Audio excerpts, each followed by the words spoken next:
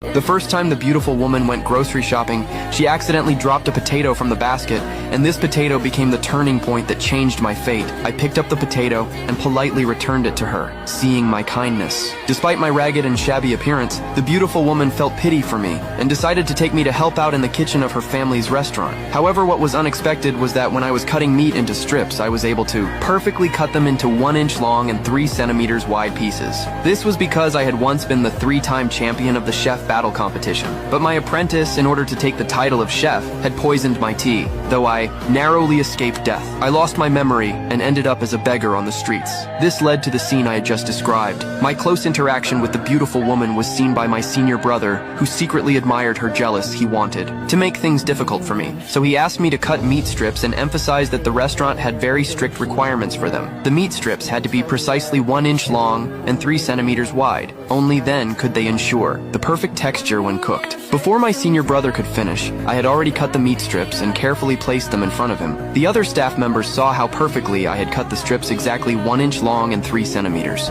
wide, not a single millimeter off. Upon seeing this, my senior brother hastily took the plate of meat strips. However, after a casual glance, he claimed it was just okay, in order to drive me away and marry the beautiful woman he came up with another plan. He then asked me to beat an egg, and not only did I have to beat it evenly, but I also had to do it quickly so the yolk and egg white would mix together. Moreover, the chopstick should stand upright without falling. Only then would it be accepted. As soon as he finished speaking, I again completed the task perfectly. Everyone immediately recognized that I was no ordinary person, but my senior brother became furious, ordering me to batter the pork tenderloin and insisted the sauce could not exceed 1 millimeter and not a single drop should spill, or I would be immediately fired. I slowly dipped the pork tenderloin strips into the batter, then used my internal energy to make the batter stick tightly to the meat. With a sudden slap of my palm on the table, all the pork tenderloin strips flew into the air. I then perfectly caught them with the plate. The entire process was smooth and fluid, and not a speck of batter touched my hands. They realized I might have used internal energy,